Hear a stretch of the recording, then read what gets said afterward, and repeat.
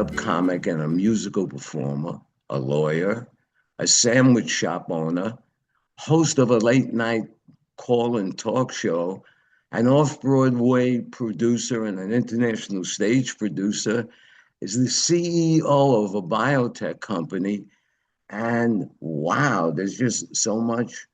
But in answer to that question, what would you call someone like that? I'd call her Judy Miller. And this is my guest today. So, welcome to the show, Judy. And I'm looking forward to talking to you about Not Ready for the Farm. But before we do that, tell us a little bit about yourself. I was born in Maryland and we moved to Miami when I was 7 and went to junior high school there. I went to college in Gainesville. What was it like growing up being Judy Miller? It was an interesting process.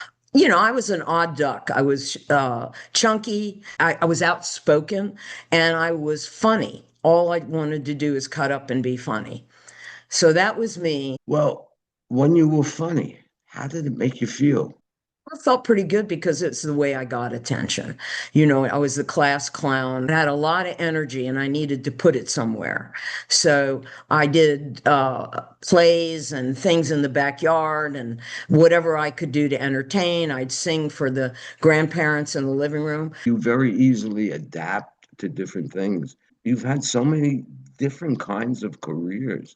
Is it that you reach a point in the career where you say, well, I've done this, I want to do something else? Or is it, I can't figure out what I want to be when I grow up? I think it's all of that. I used to pantomime Judy Garland records when I was babysitting for the neighbor kids. I'd close all the drapes and just sing out as I played her phonograph records. And I wanted to be Judy Garland or be a singer. Now, was I any good? I was okay. Okay. Had no training or anything, but I wanted to be famous. A lot of kids want to be famous because they think that means they'll be accepted. So the careers also were by necessity. I worked my way through college because I didn't have money. I worked my way through law school owning a bar and sandwich shop across from campus at the University of Florida because I had no money. And a wonderful man who owned the Florida bookstore where I worked part-time, as a clerk and selling books, he backed a loan for me and my partner, his niece, at the Florida National Bank for $4,000. And I had to sign this promissory note for $4,000 and I freaked out. Okay, that was unbelievable that I was now going to owe this money. So we did it. We made it a tremendous success. Over the next 2.5 years, it put each of us through law school, paid our bills, and I worked nonstop. I wasn't a great law student because I had no time to study.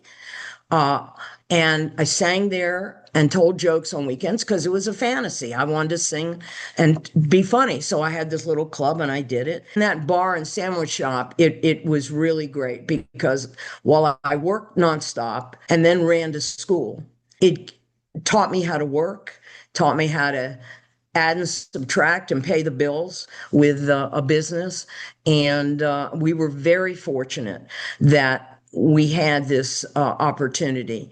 And then we sold it before graduation. And then I stayed in Gainesville and practiced law for another 8 years before I went to LA. Yeah, I why was LA motivated. rather than New York if you can do performance and stand up? Well, I wasn't that good.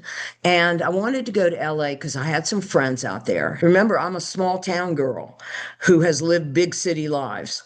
But the small town girl is still within me. That's who I am. LA was great.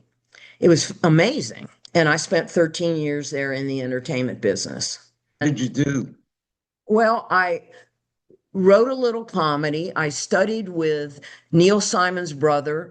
I didn't pursue it because I had to continue to work to make a living. And I also had no discipline. I tried stand up. I I didn't want to be poor. I had been poor and I didn't want to be poor anymore. So I built a real estate finance company that a friend of mine, a wonderful man, he was doing this cash flow business and he taught it to me, had me come to one of his seminars. I said, this is great. And I built a very successful company over the next 10 years. That was like number one in the country to buy specialty finance real estate receivables. That's a lot of words, but owner finance paper all over the country. And I knew how to market. I marketed and created a whole company and began teaching there and wrote a cash flow book on how to do it and had thousands of brokers sending me deals. Why did you give it up? Or do you still do it? Well, I moved to Northern California where I lived for the next 16 years. Moved the whole company and then I sold the company. So then I left that and did a .com. So I built one. It did not work, but then I continued to stay in finance, real estate finance, and got into development. It was one natural thing to happen. But I did private lending in California and then wound up developing 2,000 acres near Houston because we got into a deal.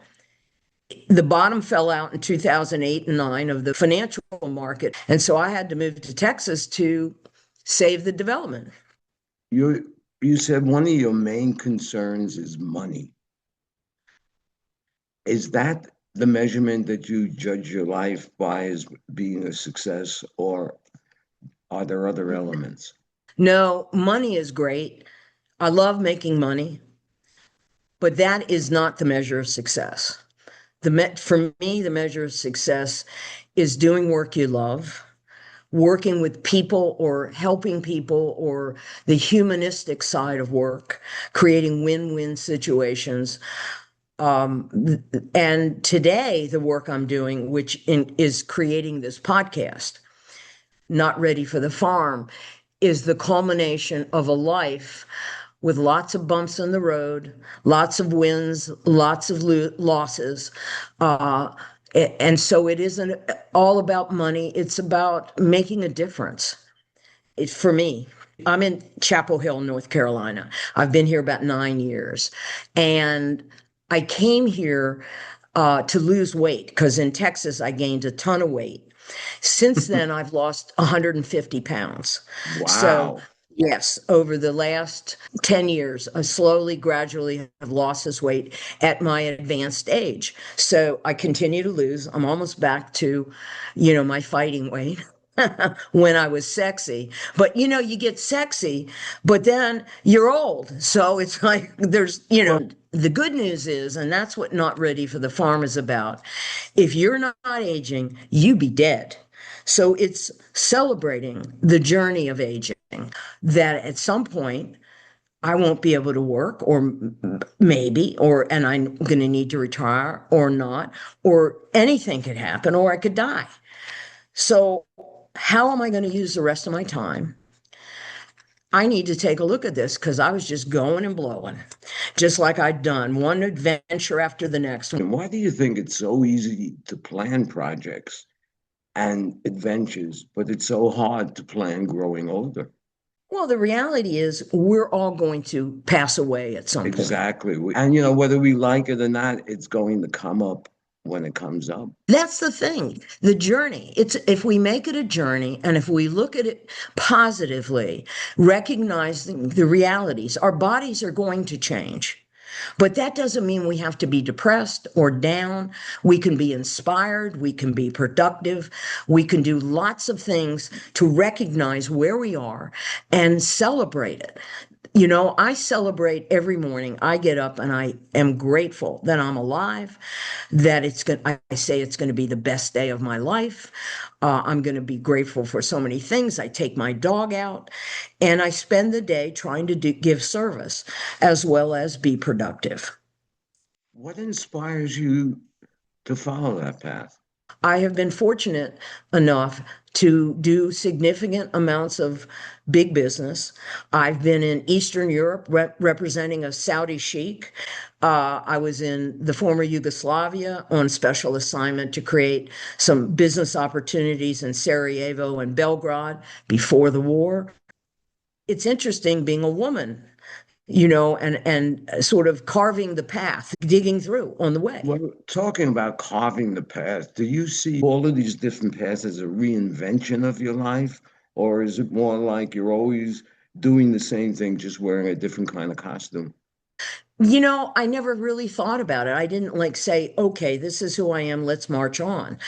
If something got my interest, I figured out the zen of it. Can I do this? Is there a beginning, a middle, and an exit, or an end, or a way to make this successful or to make this realized? And if it appeared to me that it did, and it was fascinating enough, I jumped in.